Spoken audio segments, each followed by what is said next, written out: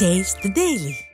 அண்டை மாநிலங்கள் வழங்குவது போல் நெல்லுக்கு ஏக்கருக்கு ஊக்கத்தொகையாக 15,000 ரூபாயை திமுக அரசு வழங்க வேண்டுமென தமிழக காவிரி விவசாயிகள் சங்கத்தின் பொதுச் செயலாளர் PR பாண்டியன் வலியுறுத்தியுள்ளார். இதுகுறித்து மயிலாடுதுறை மாவட்டம் கொள்ளிடத்தில் அவர் பேசியதை பார்க்கலாம்.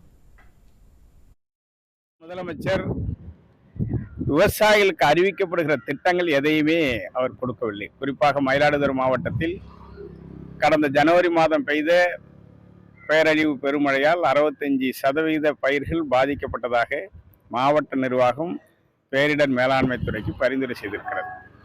ஏற்றுக்கொண்டதாக மாவட்ட ஆட்சியரும் பல கட்ட பேச்சுவார்த்தையில் உத்தரவாதம் கொடுத்திருக்கிறார். இதுவரையிலும் அவர்களுக்கான இழப்பீடு வழங்கப்படவில்லை. நமது அண்டை மாநிலமாக இருக்கிற புதுச்சேரியில் கூட விவசாயிகளுக்கு ஒரு ஏக்கருக்கு ஒரு ஹெக்டேருக்கு 15,000 ரூபாய் ஊக்க நிதியாக முழு மானியத்தில் ஆண்டுதோறும் வழங்குகிறார்கள். தெலுங்கானா மாநிலத்தில் ஒரு ஏக்கருக்கு 15,000 ரூபாய் சாகுபடியை துவங்குவதற்கு ஊக்க நிதியாக முழு மானியத்தில் வழங்குகிறார்கள். தமிழ்நாடு அரசு வழங்க மறுக்கிறது. குறுவை தொகுப்பு திட்டம் என்று அறிவிப்பு செய்கிறார்கள்.